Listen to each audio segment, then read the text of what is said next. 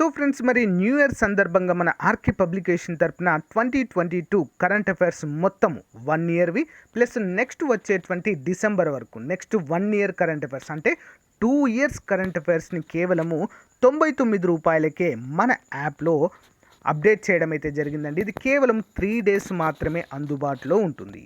ఓకేనా, ఒక్కసారి కనుక మీరు పే చేస్తే 99 రూపీస్ పే చేస్తే కంప్లీట్గా మీరు 2 ఇయర్స్ వరకు కూడా మీరు ఎలాంటి అమౌంట్ అయితే పే చేయకుండా తీసుకోవచ్చు. ఆల్రెడీ 1 ఇయర్ ఉంటాయి, ఎవ్రీ మంత్ కొత్తవి యాడ్ అవుతూనే ఉంటాయి మన యాప్లో.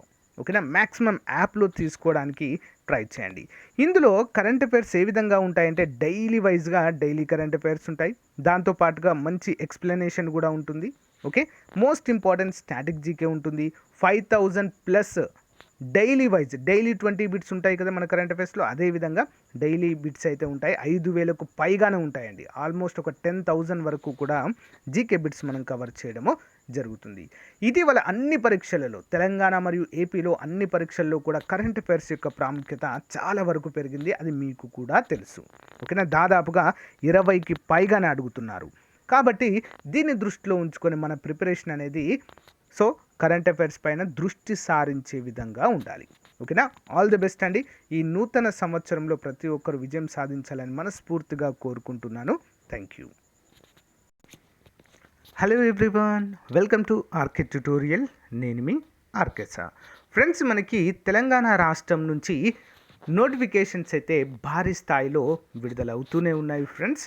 ఓకే, మరి వీటికి సంబంధించి ఎగ్జామినేషన్ డేట్స్ అయితే ఇంకా రిలీజ్ చేయలేదు.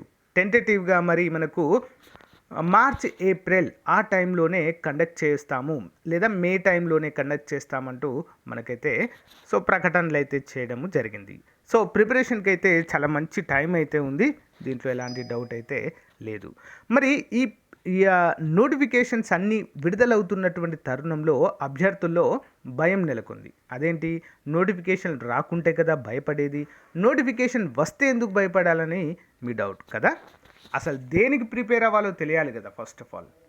సో దేనికి ప్రిపేర్ అవ్వాలి అనేది ఇక్కడ ముఖ్యమైన అంశము. మరి ఇటీవల 2 డేస్ బ్యాక్ మనకి గ్రూప్ 3 నోటిఫికేషన్ వచ్చింది. ఆల్రెడీ గ్రూప్ 2 నోటిఫికేషన్ రావడం జరిగింది. 5204 స్టాఫ్ నర్స్ పోస్టులు విడుదలయ్యాయి.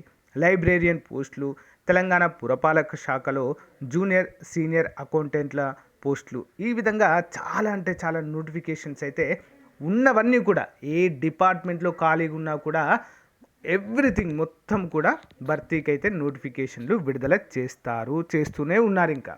కానీ ఎగ్జామినేషన్స్ మాత్రము ఒక 6 మంత్స్లో అయితే మనకు కండక్ట్ చేయడం జరుగుతుంది. మరి 6 మంత్స్లో కండక్ట్ చేస్తారు, ఓకే ఫైన్. మరి ఇప్పుడు మనం ఏం చేయాలి, ఏ ఉద్యోగానికి ప్రిపేర్ అవ్వాలి? సో సింపుల్ అండి, చాలా చాలా సింపుల్. ఇక్కడ మీకు ఎవరైతే గ్రూప్ 2 లెవెల్లో ప్రిపేర్ అవుతారో, ఓకే, గ్రూప్ 2 లెవెల్లో గ్రూప్ 2 టార్గెట్గా ప్రిపేర్ అవుతారో, గ్రూప్ 2కి ప్రిపేర్ అయినటువంటి అభ్యర్థులు గ్రూప్ 2కి ప్రిపేర్ అయినట్లే, గ్రూప్ 4కి ప్రిపేర్ అయినట్లే, గ్రూప్ 3కి ప్రిపేర్ అయినట్లే. ఓకేనా, జూనియర్ అసిస్టెంట్ లెవెల్లో ఇతర ఉద్యోగాలు కొన్ని ఉంటాయి, వాటికి కూడా మనము ప్రిపేర్ అయినట్లే. అంటే దాదాపు ఒక 4 నుంచి 5 రకాల ఉద్యోగాలకు మనము గ్రూప్ 2 సిలబస్తోనే మన ప్రిపరేషన్ని కొనసాగించవచ్చు.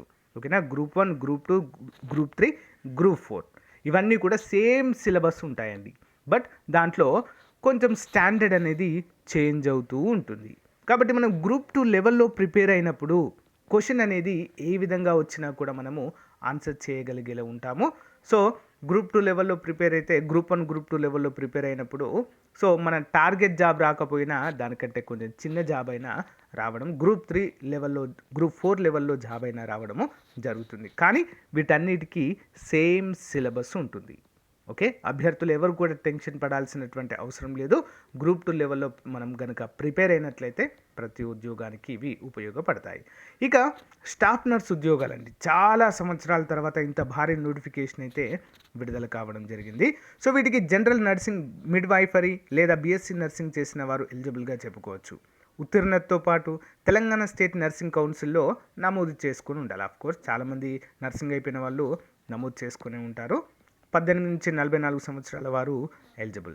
ఎంపిక విధానం రాత పరీక్ష ఒప్పంద అవుట్సోర్సింగ్ ప్రాతిపాదికన ప్రభుత్వ ఆసుపత్రుల్లో పని అనుభవం ఆధారంగా మరి ఎంపిక విధానం అయితే జరుగుతుంది.